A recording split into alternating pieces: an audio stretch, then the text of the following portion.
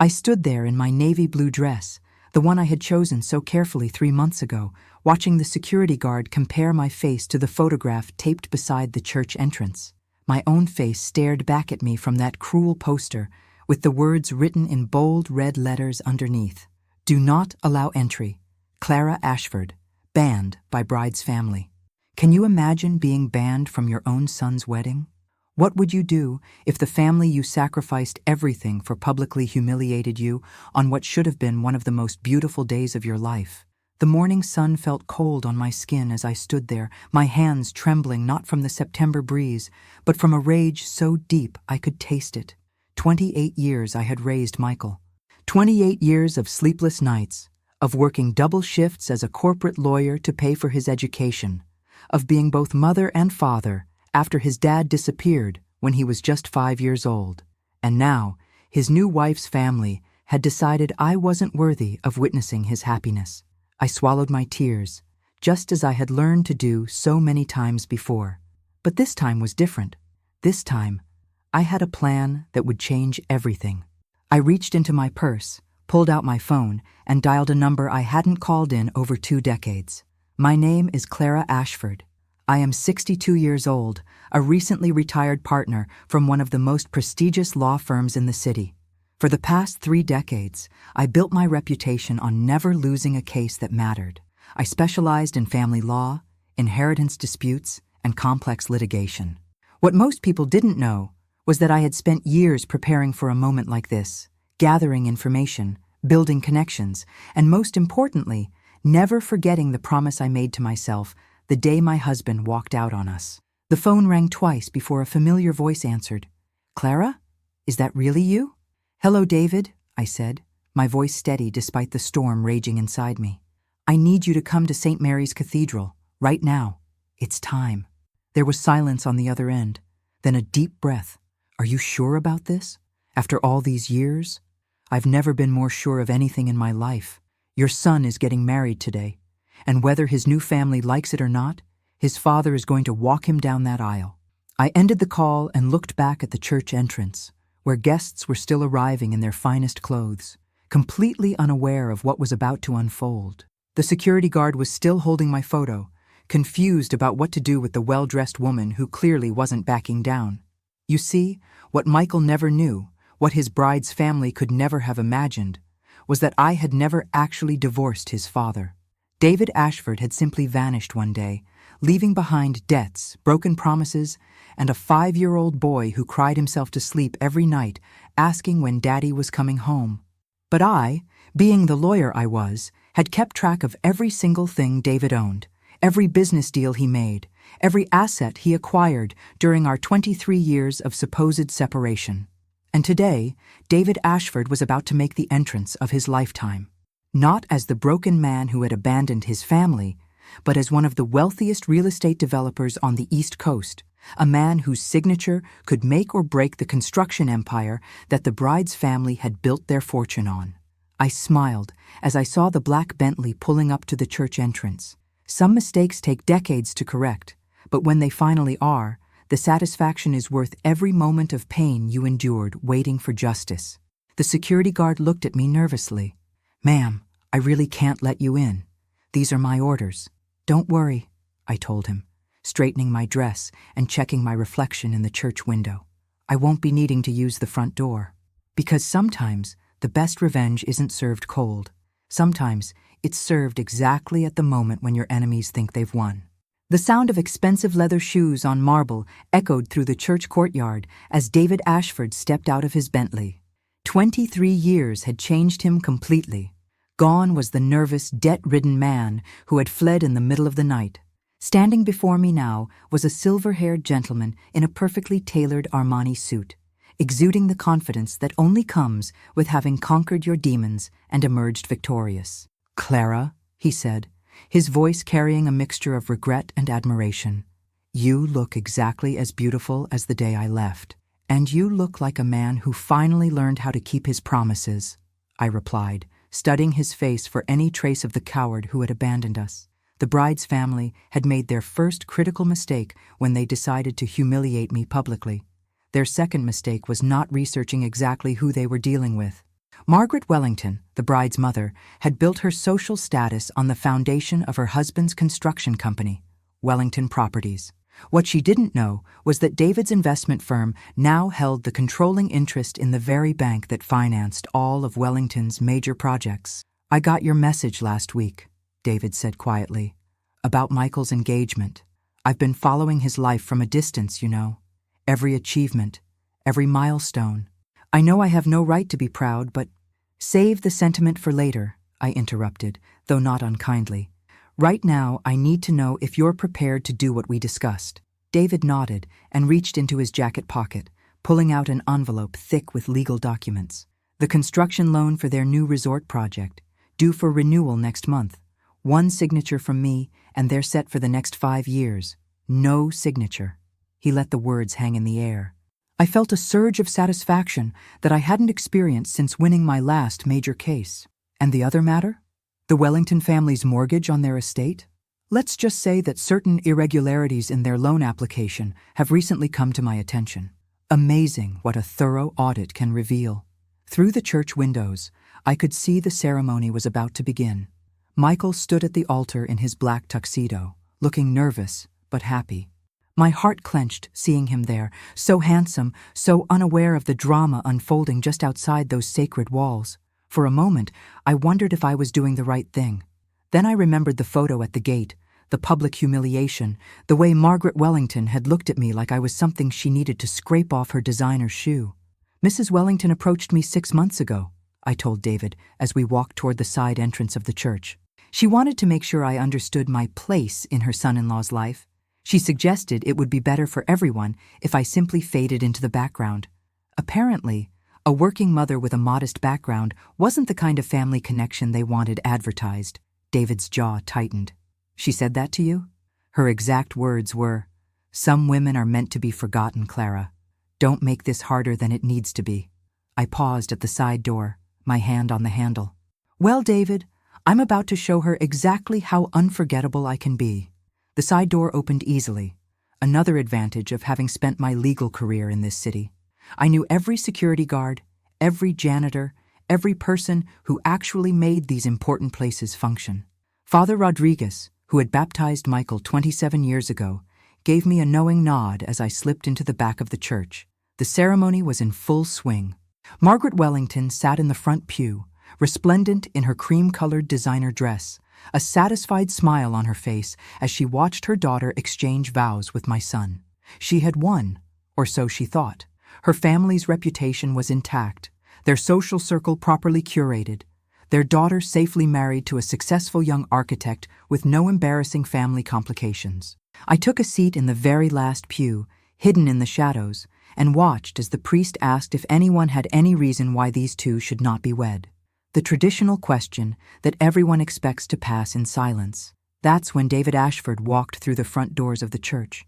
The gasps were audible. Michael's face went white. Margaret Wellington looked like she had seen a ghost, which, in a way, she had.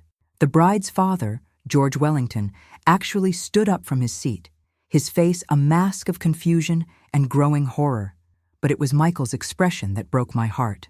My son looked at his father, the man who had been absent for over 2 decades, with a mixture of hope and betrayal that only a child who had been abandoned could understand. David walked slowly down the aisle, every step measured and deliberate. When he reached the front of the church, he turned to face the congregation, his voice carrying clearly through the sudden silence. "I apologize for the interruption," he said, with the calm authority of a man who owned half the city. "I'm David Ashford, the groom's father. I believe there are some matters that need to be addressed before this ceremony can continue." The silence in that church was deafening. You could hear the rustle of expensive fabrics as 300 wedding guests turned in their seats to stare at the man who had just claimed to be Michael's father. My son stood frozen at the altar, his new bride gripping his arm like a lifeline, her perfect wedding day crumbling with each passing second. Margaret Wellington's carefully applied makeup couldn't hide the pallor that had crept across her face. She knew exactly who David Ashford was. Every wealthy family in the city knew that name. What she didn't know was how he connected to her new son-in-law, or more importantly, how this connection was about to destroy everything she had worked so carefully to build. "Michael," David said, his voice gentle but carrying across the entire church. "I know I have no right to be here. I know I forfeited that right 23 years ago when I made the biggest mistake of my life and walked away from you and your mother. I watched my son's face cycle through emotions I hadn't seen since he was a child. Confusion, hurt, anger, and underneath it all, the desperate hope of a boy who had never stopped wondering why his daddy had left him. But," David continued, turning his attention to the bride's family, "I couldn't let my son start his married life built on the foundation of lies and manipulation that have been constructed around this wedding." George Wellington finally found his voice. "Now see here, Mr. Ashford, this is highly irregular. This is a private ceremony." "Private?" David's eyebrows raised with practiced legal precision. "How private can it be when you've banned the groom's mother from attending? When you've publicly humiliated the woman who raised this remarkable young man single-handedly while I was too much of a coward to face my responsibilities?" The murmurs in the congregation grew louder. I could see phones being discreetly pulled out, social media posts being crafted. The Wellington family's carefully managed reputation was about to become very public entertainment. Father Rodriguez, bless him, stepped forward with the wisdom of a man who had overseen decades of family drama. "Perhaps we should move this discussion to the vestry." "No." Michael spoke for the first time, his voice stronger than I expected. "If my father has something to say, he can say it here, in front of everyone." He looked directly at David, and I saw the steel in his spine that I had worked so hard to instill in him. "Where have you been for 23 years? David pulled an envelope from his jacket pocket. Not the legal documents he had shown me outside, but something else, something more personal. "I've been building something, son. Something I should have built for you and your mother from the beginning. I've been trying to become the man worthy of asking for your forgiveness." He handed the envelope to Michael. "These are letters. One for every birthday I missed, every Christmas, every graduation, every moment I should have been there and wasn't. I wrote them all, Michael, every single one. Because even when I was too broken to be your father, I never stopped being proud of you."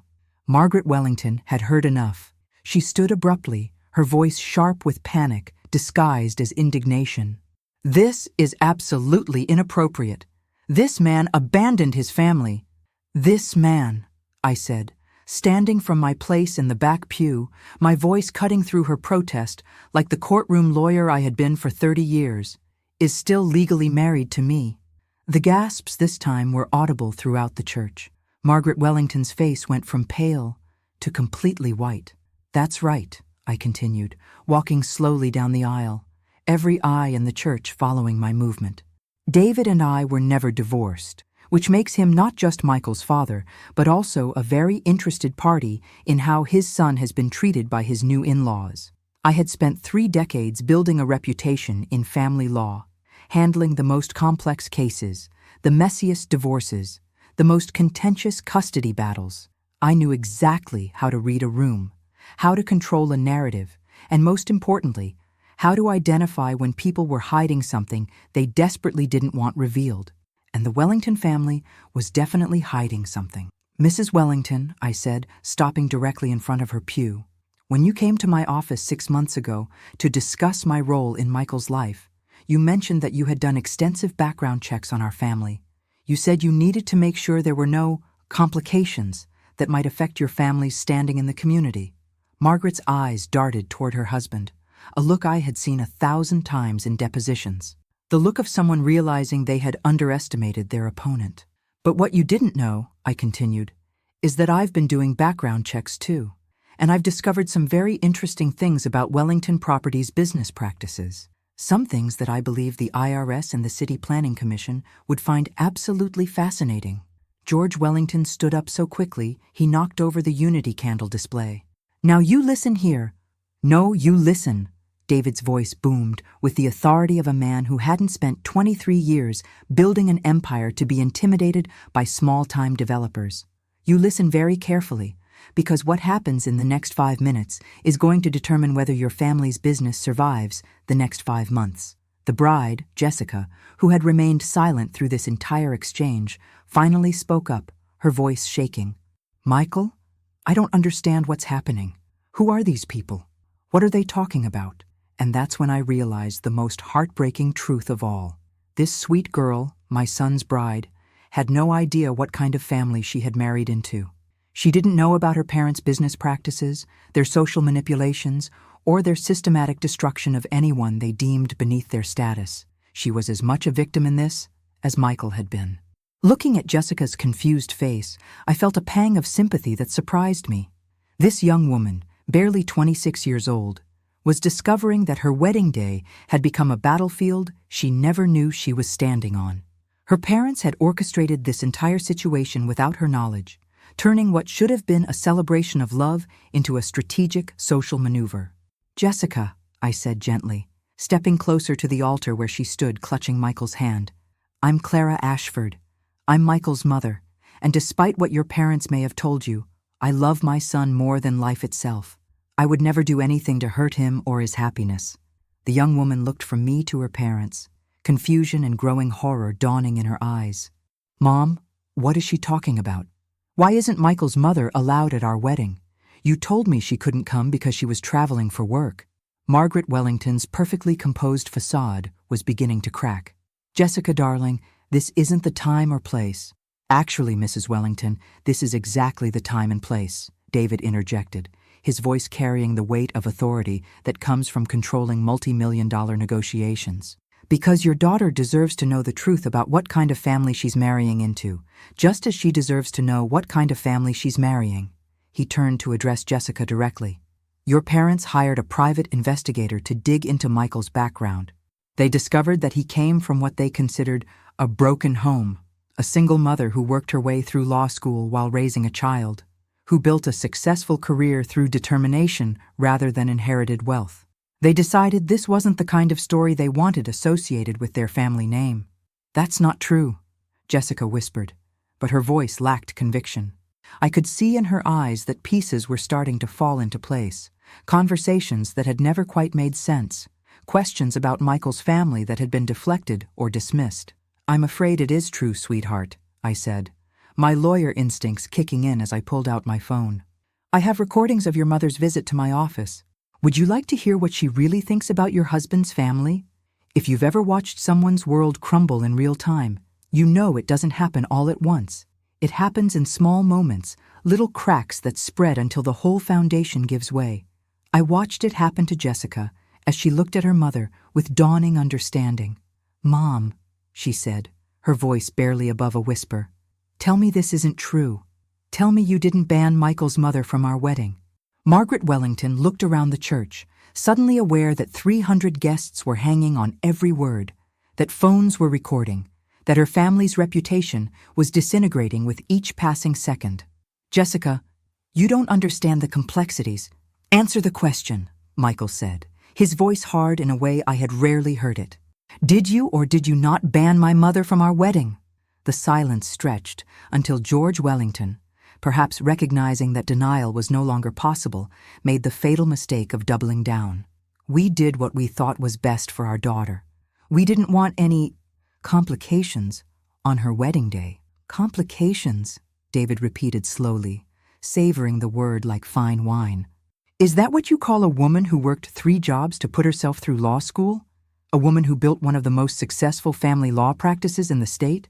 A woman who raised a son who became the kind of man your daughter fell in love with?" He pulled out his phone and made a call that everyone in the church could hear. "Marcus? Yes, it's David Ashford.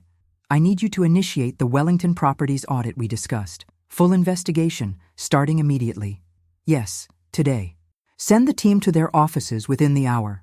George Wellington's face went from red to ashen. "Now wait just a minute." "No, George, you wait," David said, ending the call. "You wait while the IRS examines those creative accounting practices you used on the Riverside development. You wait while the City Planning Commission reviews those permits you obtained through your wife's social connections. And you wait while the bank examines the discrepancies in your loan applications." I had to admire David's transformation.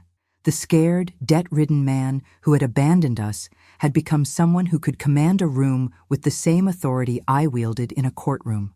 23 years of guilt and determination had forged him into a formidable opponent. "But most importantly," I added, stepping forward to stand beside my husband, "you wait while your daughter decides whether she wants to start her marriage as part of a family that builds itself up by tearing others down, or whether she wants to join a family that fights for each other no matter what. Jessica was crying now, not the delicate tears of a bride overwhelmed with joy, but the harsh sobs of someone whose entire understanding of their life has been shattered.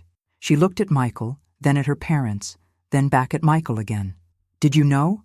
she asked him. "Did you know they banned your mother?" Michael's face was a mask of pain and fury. "I knew she wasn't coming. They told me she couldn't get time off work. I believed them because—" He paused, swallowing hard. "Because I've spent my whole life believing that people leave, that people who are supposed to love you just disappear." He looked directly at David, and in that moment, I saw 23 years of abandonment issues crystallized into one devastating stare. I learned that lesson from the first man who was supposed to protect me. The church fell completely silent. Even the children stopped fidgeting. This was no longer a wedding or even a confrontation. This was a reckoning that had been 23 years in the making. And I realized that as satisfying as it was to watch the Wellington family's schemes crumble, the real battle wasn't between us and them. The real battle was between a broken family trying to find its way back to each other. The weight of Michael's words hung in the air like incense, heavy and inescapable. 23 years of abandonment, of questions without answers, of a boy who had learned to stop asking when Daddy was coming home.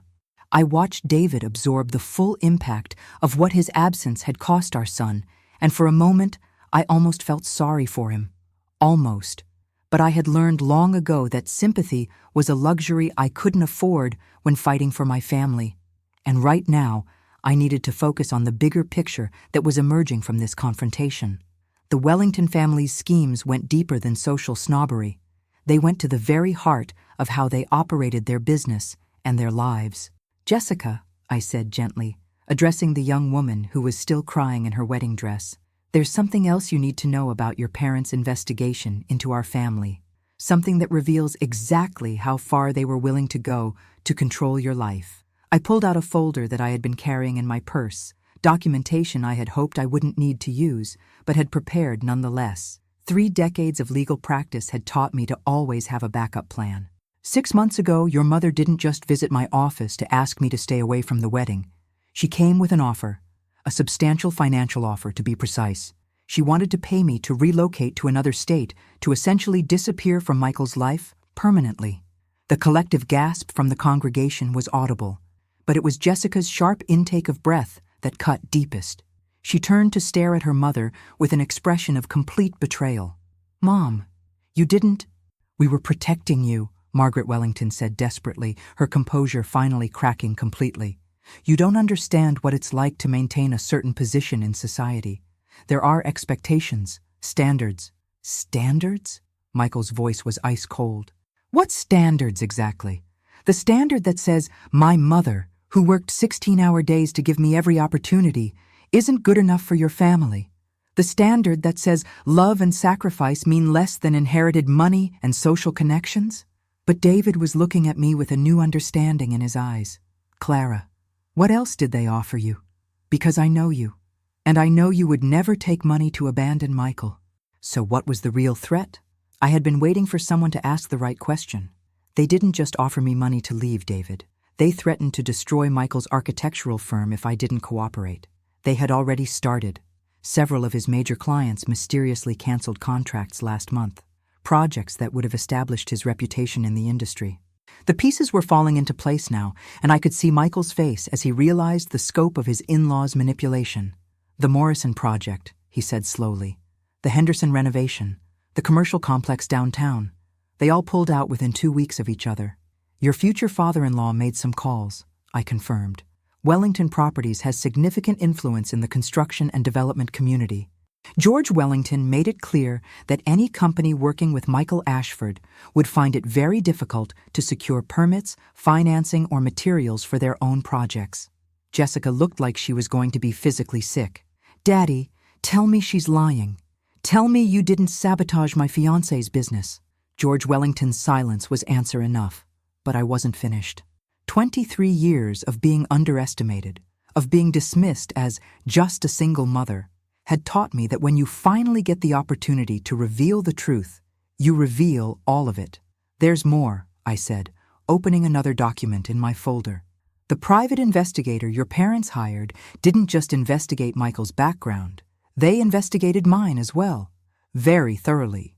They discovered that I had never actually divorced David, which meant that any financial settlement or business dealing they made with our family would have to include him. David's eyes sharpened. They knew I was still legally married to you?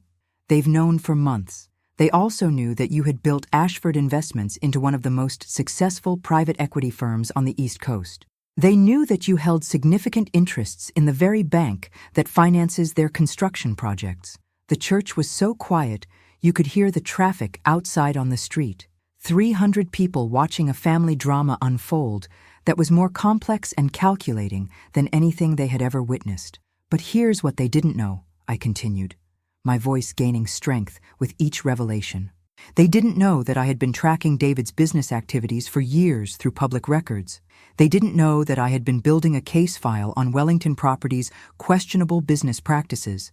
And they certainly didn't know that David and I had been in contact for the past 2 years, working together to plan for exactly this moment. Margaret Wellington stood up so abruptly that her designer purse scattered its contents across the church floor. That's impossible. You haven't spoken to him in over 20 years.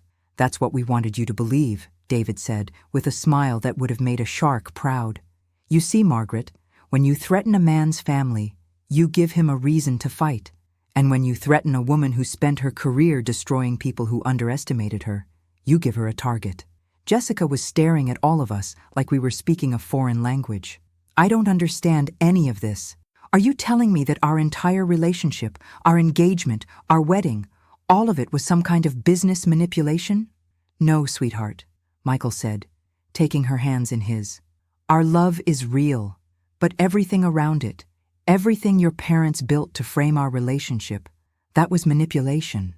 He turned to face his new in-laws with a clarity that made me proud of the man I had raised. You didn't want a son-in-law. You wanted a controllable asset, someone whose family connections you could manage, whose career you could direct, whose loyalty you could purchase. But you made one critical miscalculation, I added, stepping forward to stand beside my son. You assumed that because I was a single mother, because I came from modest means, because I had been abandoned by my husband, I would be grateful for your tolerance. You assumed I would be too weak, too desperate for acceptance, to fight back. I looked directly at Margaret Wellington, letting her see in my eyes the accumulation of every slight, every condescending comment, every moment she had made me feel less than worthy. You were wrong. The beauty of a perfectly executed legal strategy is that your opponents don't realize they're trapped until the cage door clicks shut behind them. Standing in that church, watching the Wellington family's carefully constructed world crumble around them, I felt the same satisfaction I had experienced in my most important courtroom victories. Except this time, it wasn't just about winning a case. It was about protecting my family and teaching some very powerful people that power built on cruelty is ultimately fragile. David, I said, turning to my husband with the kind of coordination that comes from months of planning, I think it's time we shared with everyone exactly what we've been working on. He nodded and pulled out his phone, placing a call that would be heard throughout the church thanks to the excellent acoustics of St. Mary's Cathedral. Patricia? Yes, it's David Ashford. Please execute the Wellington portfolio transfer we discussed, immediately. George Wellington's face went completely white. What portfolio transfer? The one where I exercise my option to call in your company's outstanding loans, David replied calmly. All of them, due in full within 30 days, as stipulated in the acceleration clauses you signed, but apparently didn't read carefully. I had forgotten how impressive David could be when he was in full business mode. The scared, defeated man who had fled our marriage had been replaced by someone who understood that in high-stakes negotiations, you don't just win, you ensure your opponent can never threaten you again. But that's not all, I continued, enjoying the look of growing panic on Margaret Wellington's face. You see, while you were busy investigating our family, we were investigating yours. And we discovered some very interesting things about how Wellington Properties has been operating for the past decade. I opened my folder and began reading from documents that had taken months to compile. Permit violations on the Harbor View Development Project, bribes paid to city council members for zoning variances, tax evasion schemes involving offshore shell companies, fraudulent environmental impact assessments on the Riverside Resort project. The murmur from the congregation was growing louder. Many of these guests were prominent members of the community, people whose own business dealings intersected with the Wellington Empire. They were suddenly realizing that they might be witnessing more than family drama.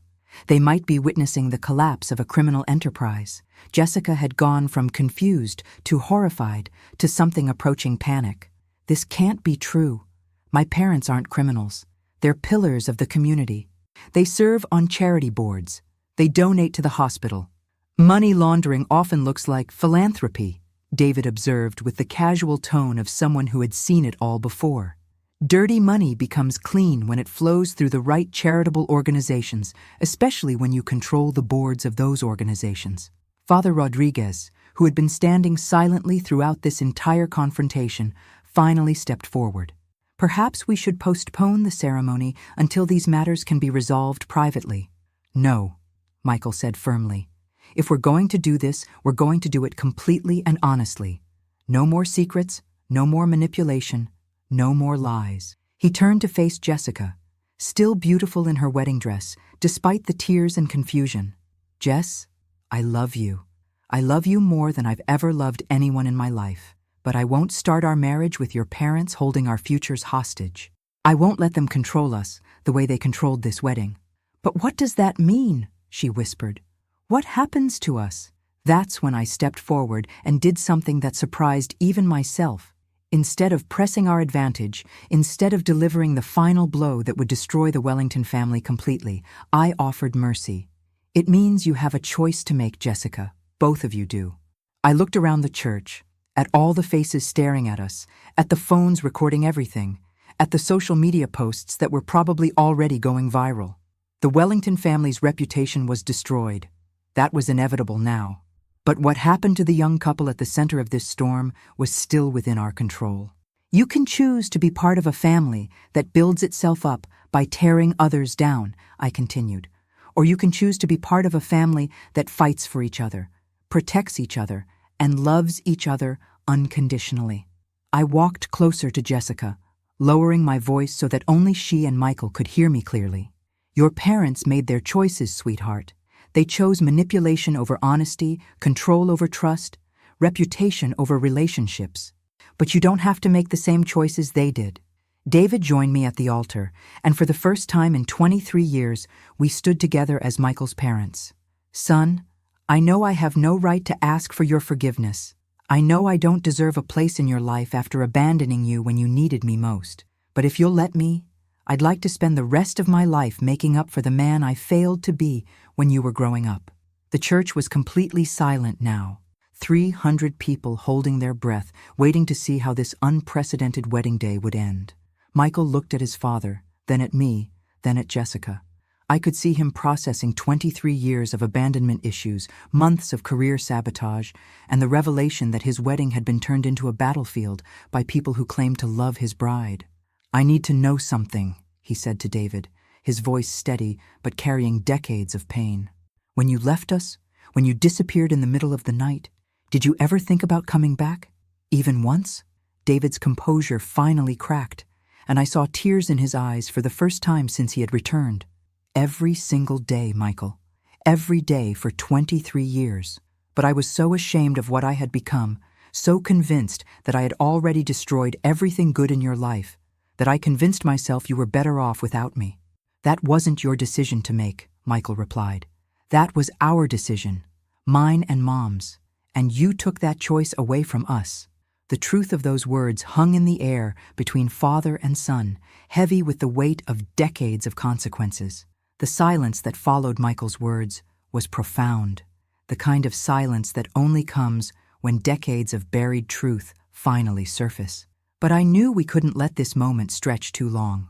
We were in a church full of witnesses, some sympathetic, others calculating how this drama might affect their own social and business positions. We needed to move from emotional revelation to strategic action. Michael, I said gently. You're right. David took that choice away from you, from us. But right now, we need to focus on protecting the choices you still have. Because your in-laws aren't done fighting. As if on cue, Margaret Wellington pulled out her phone and began dialing frantically. I could hear her speaking in urgent whispers. Senator Morrison? It's Margaret Wellington. I need that favor you owe me, right now. David noticed the call too, and his expression hardened. She's calling in political connections, trying to stop the investigation before it gains momentum. But I had expected this. 30 years of family law had taught me that desperate people always reach for the same weapons: intimidation, influence, and isolation. The Wellington family would try to use their political connections to shut down our evidence, their social connections to discredit our story, and their financial connections to destroy our ability to fight back. What they didn't know was that we had been preparing for exactly this response. Jessica, I said, turning to the confused young woman in the wedding dress, I need you to listen to me very carefully. Your mother is about to try to convince you that everything we've shown you today is fabricated, that we're the villains in this story. She's going to offer you explanations that sound reasonable, apologies that seem sincere, and promises that feel believable. Jessica looked from me to her mother, who was still engaged in her frantic phone conversation. But they're my parents. Why would they lie to me about something so important?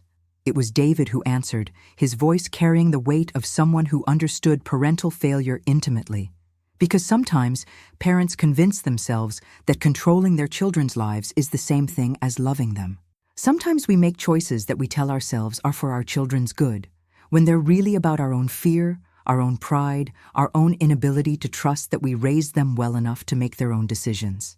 He was talking about the Wellington family, but I could see that he was also talking about himself, about the choice he had made to abandon us rather than face his failures as a husband and father. My phone buzzed with a text message from my former law partner, Marcus Chen, who had been coordinating our investigation from his office across town. The message was brief, but crucial. All documents secured. Warehouse raid in progress. Financial records retrieved. Recommend immediate action.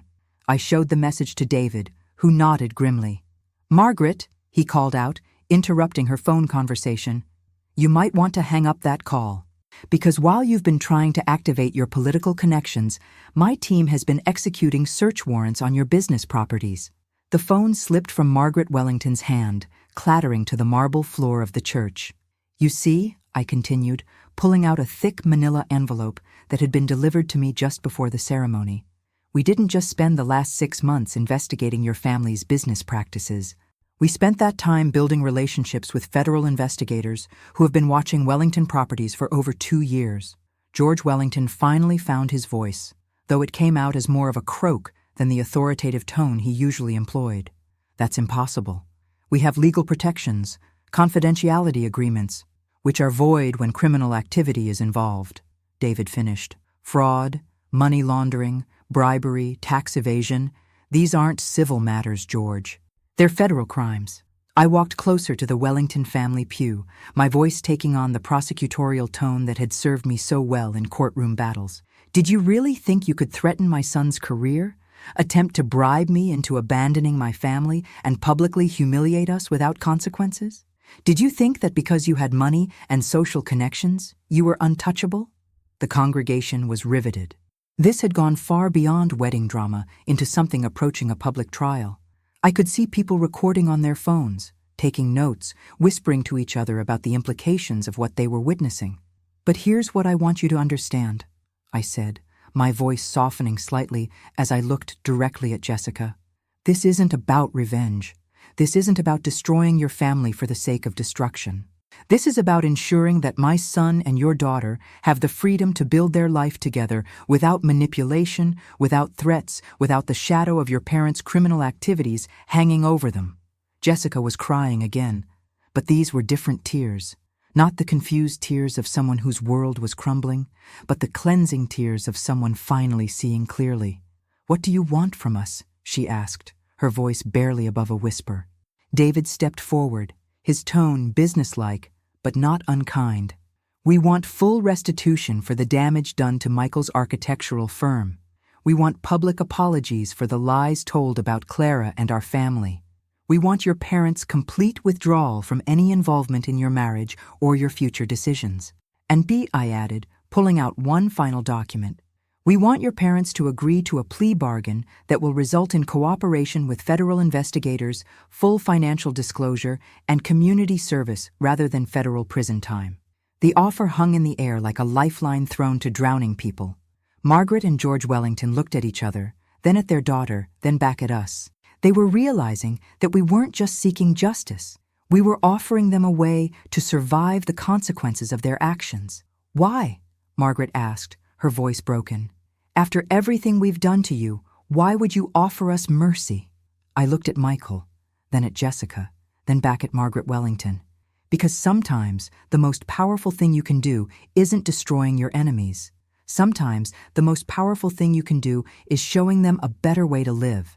The offer of mercy hung in the air, but I could see the wheels turning in Margaret Wellington's mind. 30 years of legal practice had taught me to read people's faces like roadmaps, and what I saw in her expression wasn't gratitude or relief. It was calculation. She was looking for an angle, a way to turn this situation to her advantage, or, at minimum, a way to minimize the damage to her family's empire. We need time to consider your proposal, George Wellington said, his voice regaining some of its usual authority. This is all very sudden, very overwhelming. Surely you can understand that we need to consult with our attorneys before making any decisions. David and I exchanged a look. This was exactly what we had expected them to say, and exactly why we had prepared one final revelation that would eliminate their ability to delay or manipulate the outcome. I'm afraid time is something you don't have, George, David said calmly. You see, while we've been having this conversation, the FBI has been executing search warrants on your offices, your homes, and your offshore accounts.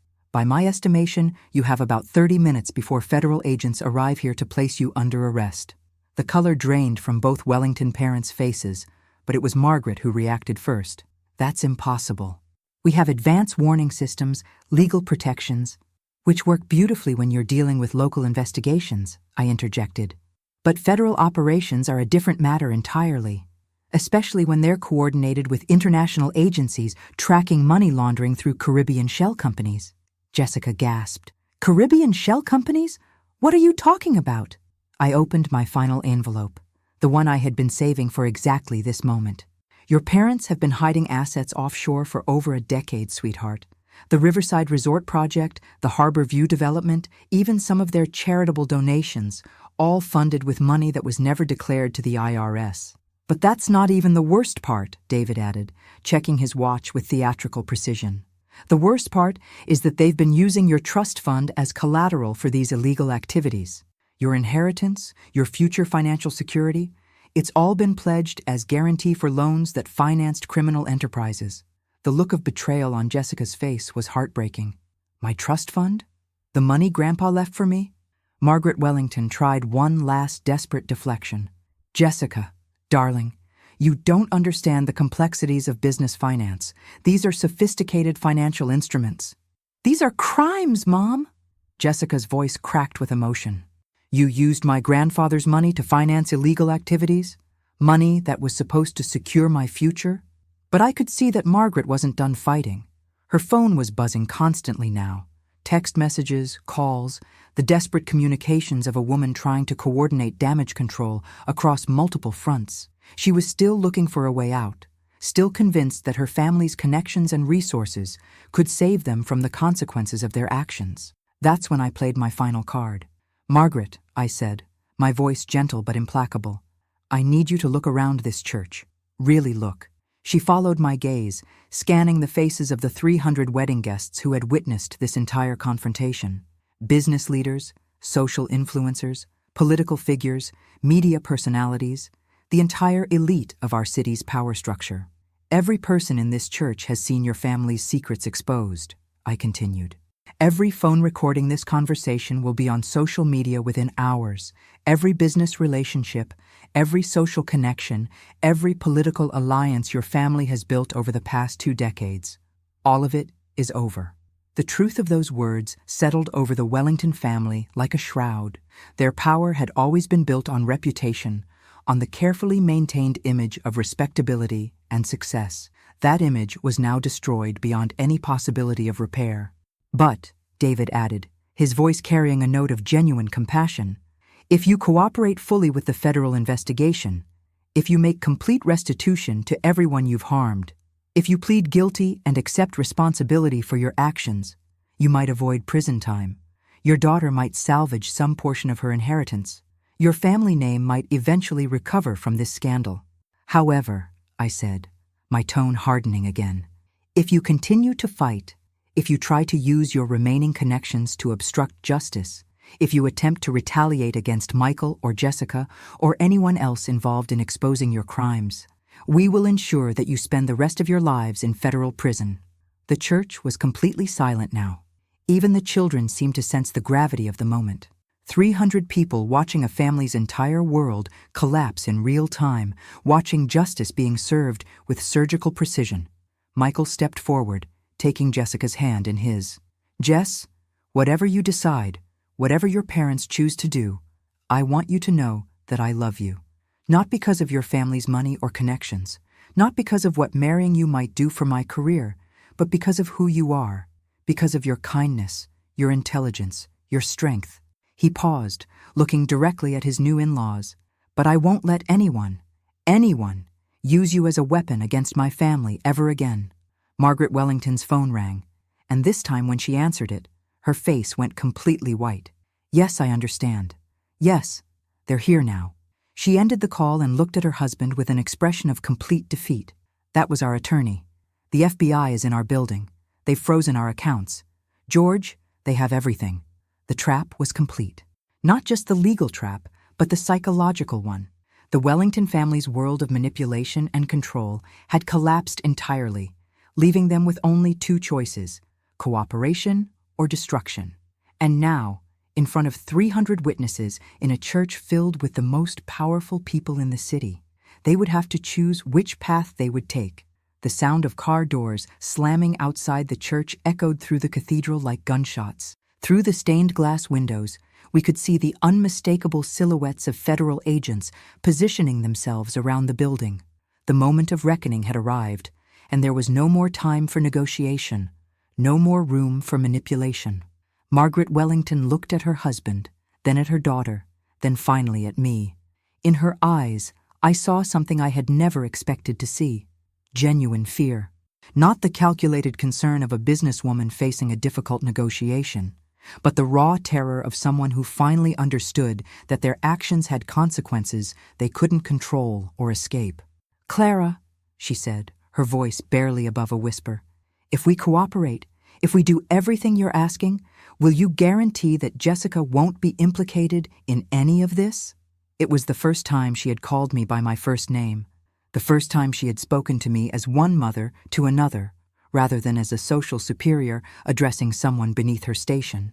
And in that question, I heard the echo of every difficult decision I had ever made as a parent, the times I had sacrificed my own pride, my own desires, my own comfort, to protect Michael from the consequences of choices that weren't even his. Jessica has done nothing wrong, I replied. She's as much a victim of your manipulation as Michael has been. If you cooperate fully, if you make complete restitution, if you accept responsibility for your actions, she'll walk away from this with a clean slate. David checked his phone, then looked toward the church entrance. You have about 3 minutes before the agents come through those doors. After that, the offer is off the table, and you'll be dealing with federal prosecutors who have no interest in family reconciliation. George Wellington, who had been silent through most of this exchange, finally found his voice. What exactly does complete restitution mean? I pulled out a document that David and I had prepared months ago, a comprehensive settlement agreement that covered every aspect of the Wellington family's crimes and their impact on our lives. It means returning every penny stolen from Jessica's trust fund. It means compensating Michael for the business contracts you sabotaged. It means paying for the emotional damage caused by your manipulation and lies. And it means liquidating enough of your legitimate assets to fund a scholarship program for children from single-parent families. A scholarship program? Margaret looked confused. Named after my mother, Michael said, speaking for the first time in several minutes. Eleanor Ashford Memorial Scholarships for children who have been abandoned by one parent but raised with love and determination by the other. The symbolism wasn't lost on anyone in the church. The Wellington family's illegal wealth would be transformed into something that honored the kind of sacrifice and dedication they had tried to dismiss as shameful. Jessica was staring at her parents with a mixture of love and revulsion that broke my heart. "Do it," she said quietly. "Sign whatever they want you to sign. Take whatever punishment they're offering. Because I can't live with knowing that everything I have, everything I am, was built on hurting other people." "Jessica, you don't understand," George began. "No, Dad, you don't understand." Her voice rose with a strength I hadn't heard from her before. "I understand perfectly. You treated Michael's family like they were beneath us, like their love and sacrifice meant nothing because they didn't have money. You tried to buy Michael's mother's absence from our wedding. You sabotaged his business. You used my inheritance to commit crimes." She turned to face Michael, her wedding dress rustling in the silence of the church. "And worst of all, you made me complicit in all of it by lying to me, by using my love for you as cover for your hatred of his family." The sound of heavy footsteps on the church steps was audible now. The federal agents were approaching the entrance, and our window of opportunity was closing rapidly. "Margaret, George," David said with the calm authority of someone accustomed to high-stakes negotiations, "you have 30 seconds to decide. Cooperation and mercy, or resistance and federal prison. Choose now." Margaret Wellington looked around the church one last time, at the faces of their former friends and business associates, at their daughter standing beside the man they had tried to control, at the evidence of their crimes spread across the altar like an indictment. Then she did something that surprised everyone, including me. She knelt down and began gathering the scattered contents of her purse from the church floor, not out of vanity or embarrassment, but with the careful, methodical movements of someone who had finally accepted the reality of their situation. "George," she said without looking up, "call our attorney. Tell him we want to cooperate fully with the federal investigation. Tell him we're prepared to plead guilty to all charges and make complete restitution." "Margaret," George started to protest. "Tell him," she repeated, her voice carrying a finality that brooked no argument. She stood up, smoothed her dress, and walked to where I was standing. "Clara, I owe you an apology that's 23 years overdue. I owe you an apology for every assumption I made about your worth as a mother, every slight I directed at your family, every moment I made you feel less than worthy of respect." The church doors opened, and 3 FBI agents in dark suits entered, their presence immediately commanding the attention of everyone present. "But most of all," Margaret continued, speaking directly to me while ignoring the agents, "I owe you my gratitude for showing mercy to people who showed you none, for protecting my daughter even after everything we did to hurt your son." Agent Sarah Chen, no relation to my former law partner, approached the altar with the practiced calm of someone who had overseen hundreds of similar arrests. "Margaret Wellington, George Wellington, you're under arrest for federal charges including money laundering, tax evasion, bribery, and conspiracy to commit fraud." "We want to cooperate," George said immediately, his voice shaking. "We want to make a deal." Agent Chen nodded professionally. "That's a conversation for downtown. Right now, you need to come with us." As the agents began the arrest procedures, reading the Wellington parents their rights, I felt a hand on my shoulder. It was Jessica, tears streaming down her face, but her voice steady. "Mrs. Ashford," she said, using my married name for the first time. "Will you still let me call you Mom?" The image of Jessica asking to call me Mom while her own parents were being handcuffed by federal agents will stay with me for the rest of my life. In that moment, surrounded by the chaos of arrests and the whispered conversations of 300 shocked wedding guests, I saw something beautiful emerge from the wreckage, a young woman choosing love over loyalty to corruption, choosing integrity over inherited privilege. But the Wellington family wasn't finished fighting yet. As Agent Chen was placing handcuffs on George Wellington, his phone began ringing insistently. When she answered it for him, her expression changed immediately. She stepped away from the group, speaking in urgent, hushed tones, before returning with a look I had seen too many times in my legal career, the look of someone whose carefully planned operation had just hit an unexpected complication. "Mr. and Mrs. Wellington," she said, her professional composure intact but strained. "It appears that someone in your organization has been very busy in the past hour.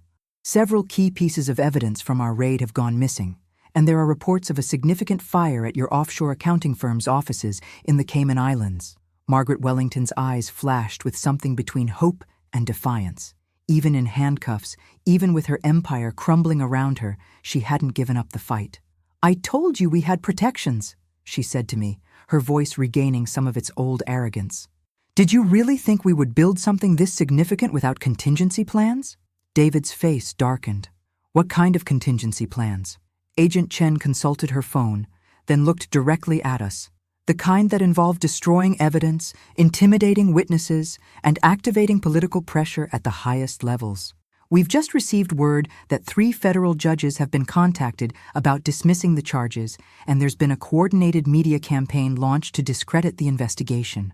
I felt my stomach drop. This was exactly what I had feared might happen, that the Wellington family's connections ran so deep, their preparation so thorough, that they could survive even complete exposure of their crimes. "There's more," Agent Chen continued grimly. "Michael Ashford, your architectural firm's offices were broken into 20 minutes ago. Your computers were stolen, your files destroyed, and there's been what appears to be arson damage to your drafting studio." Michael's face went white. "My life's work, everything I've built, was backed up in multiple secure locations," I interrupted, pulling out my phone. "Michael, did you really think I would let you go into business without the same kind of protection I used for my own legal practice?" I had learned long ago that in high-stakes battles, you don't just prepare for your opponent's obvious moves. You prepare for their desperate moves, their nuclear options, their willingness to destroy everything rather than accept defeat. "Jessica," I said, turning to the young woman who was watching her parents' final gambit unfold, "I need you to make one more choice, the hardest choice of your life." She looked at me with eyes that had aged years in the past hour. "What choice?" "Your parents have activated what they think is their insurance policy, their ability to destroy evidence, silence witnesses, and use political pressure to escape consequences. But there's one piece of evidence they can't destroy, one witness they can't silence, one source of information that could bring down their entire network of corruption." David caught on immediately. "You." Jessica's face went pale as she realized what we were asking. "You want me to testify against my own parents. I want you to tell the truth," I corrected gently. "About conversations you overheard, documents you signed without understanding them, meetings you attended where illegal activities were discussed. Your parents involved you in their business operations, Jessica. They used your innocence as cover for their crimes." Agent Chen stepped forward, her professional training kicking in. "Ms. Wellington, anything you might know about your parents' business operations could be crucial to this investigation. But I need to make sure you understand. If you choose to cooperate, if you choose to testify, there's no going back. Your relationship with your parents will never recover." Margaret Wellington, still in handcuffs, looked at her daughter with an expression of pure desperation. "Jessica, don't listen to them. They're trying to turn you against your own family. Everything we did to protect you, to secure your future. By destroying other people's futures?" Jessica's voice was stronger now, filled with a resolve I hadn't heard before. "By stealing from my trust fund? By sabotaging the man I love? By treating his family like they were worthless?" She walked closer to her mother, and I could see 26 years of manipulation and control finally being thrown off like chains. "Mom, I've spent my entire life trying to live up to your expectations, trying to be the perfect daughter for the perfect family. But our family isn't perfect. It's built on lies and crime and the systematic destruction of anyone who threatens our image." "Jessica, please," George Wellington began. "No, Dad. I'm done being your innocent little girl who doesn't ask questions about where the money comes from or why people are afraid of our family." She turned to Agent Chen with a determination that made me proud of the woman my son had chosen to love. "I'll testify. I'll tell you everything I know about their operations, their associates, their methods." The sound that came from Margaret Wellington wasn't quite a scream and wasn't quite a sob. It was the sound of a mother watching her daughter choose justice over family loyalty, watching her carefully constructed world finally and completely collapse. "You have no idea what you're doing," she said to Jessica, her voice filled with a venom I hadn't heard before. "You think they'll protect you? You think this righteousness will keep you safe when our associates realize you've betrayed everything we built?" And there it was, the final revelation that confirmed everything David and I had suspected. The Wellington family's criminal activities weren't isolated. They were part of a larger network, a web of corruption that extended far beyond their construction business. "Are you threatening your own daughter?" Michael stepped forward, his voice deadly quiet. "I'm warning her," Margaret replied. "This doesn't end with our arrest. This doesn't end with our cooperation. There are people involved in our operations who won't accept exposure, who won't allow their own interests to be compromised by a naive girl's attack of conscience." Agent Chen immediately stepped between Margaret and Jessica, her hand moving instinctively toward her weapon. "Ma'am, did you just threaten a federal witness in front of federal agents?" But I was looking at David, and I could see that he had reached the same conclusion I had. This wasn't over. The Wellington family's arrest was just the beginning of a much larger battle, one that would test everything we had built together over the past months of planning and preparation. The real war was just beginning. The threat against Jessica hung in the air like smoke from a fire that was still burning. Margaret Wellington's words had revealed the true scope of what we were dealing with. Not just a corrupt family business, but a criminal network with the resources and motivation to silence anyone who threatened their operations. But what Margaret didn't know, what she couldn't have anticipated, was that David and I had been preparing for exactly this escalation for months. "Agent Chen," I said, pulling out my phone and opening a secure app that few people outside of federal law enforcement knew existed. "I think it's time you met our other partner in this investigation." The screen displayed a video call connection that had been waiting on standby. When it activated, the face that appeared was one that made Margaret Wellington go completely white. FBI Director James Harrison, speaking to us directly from his office in Washington, D.C.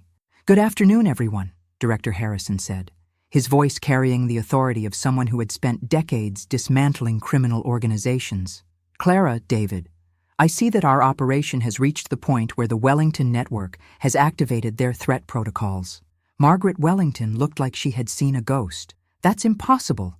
Harrison owes us—" "Director Harrison owes you nothing," I interrupted. "But he does owe a debt to the American people, which is why he's been coordinating this investigation personally for the past 18 months. David stepped forward, his business acumen finally showing its full scope. "You see, Margaret, when you threatened my family 6 months ago, when you tried to destroy my son's career and buy my wife's silence, you made one critical miscalculation. You assumed that because I had disappeared from public view 23 years ago, I had disappeared entirely. The video screen split to show additional faces: federal prosecutors, IRS investigators, international banking authorities, and representatives from law enforcement agencies in 3 different countries. The truth is," David continued, "I spent those 23 years not just building a business empire, but working as an undercover consultant for federal agencies, investigating exactly the kind of criminal network your family operates. Every business deal, every acquisition, every partnership I made was designed to infiltrate and document organized financial crime." Jessica gasped. "You're saying that Michael's father is some kind of undercover agent?" "I'm saying that Michael's father spent 2 decades atoning for abandoning his family by dedicating his life to bringing down the kind of people who destroy families for profit," Director Harrison replied from the screen. "The Ashford investigation of organized financial crime has been one of our most successful long-term operations.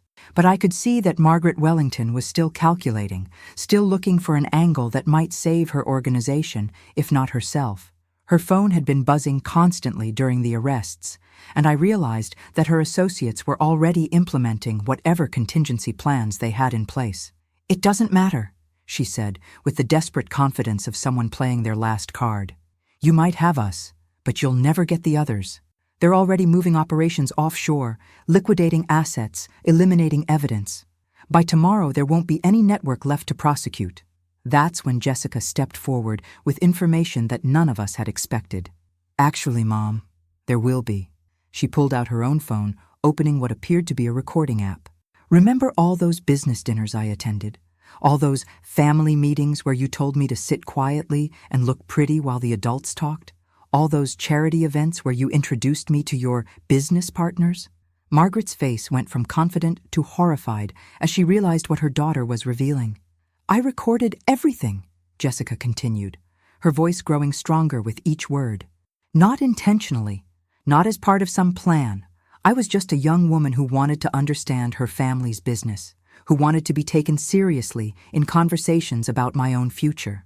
So I started recording meetings, so I could review them later, so I could learn the names and understand the relationships. She turned to Agent Chen.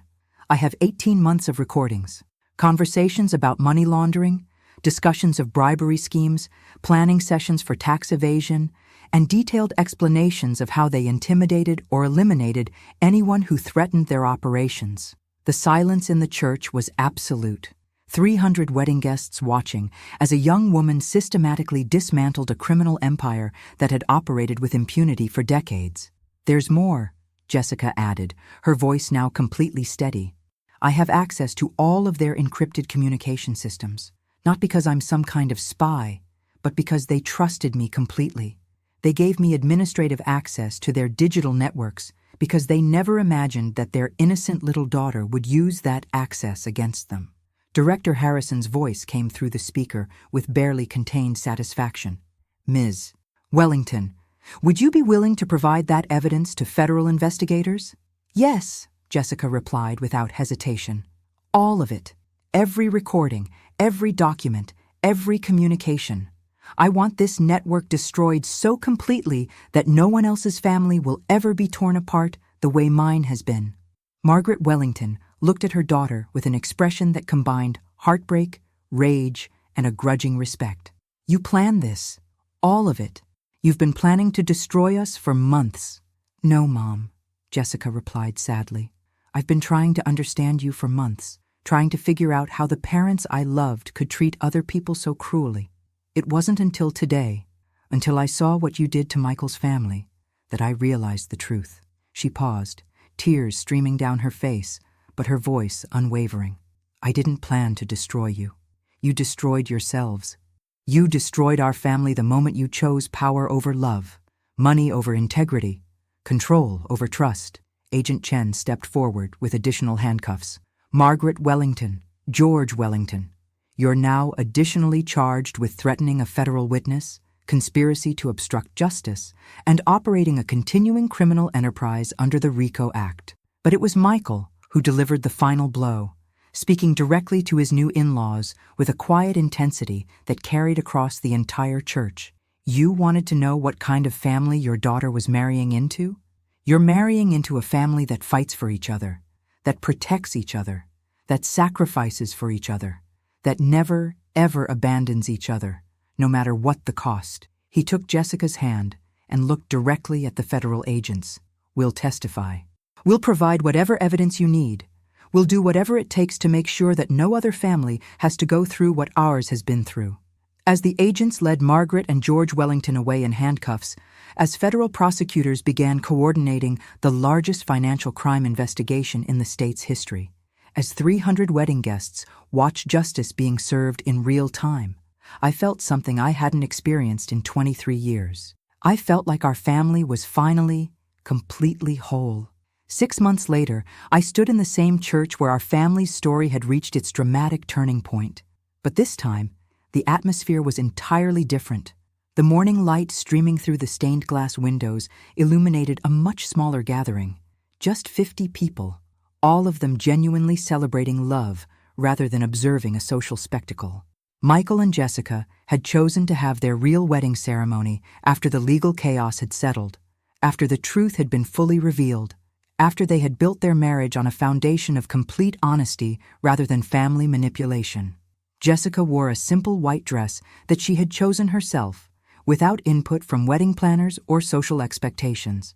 Michael stood beside her in a classic black suit, his face radiating the kind of happiness that comes from overcoming genuine adversity rather than simply achieving social approval. David and I sat together in the front pew, not as the estranged couple who had lived separate lives for 23 years, but as parents who had fought together to protect their son and gained something precious in the process, the chance to rebuild what we had lost so long ago. The Wellington family's criminal network had collapsed completely. Margaret and George Wellington were serving federal sentences in minimum security facilities, their cooperation with investigators having earned them the mercy we had promised.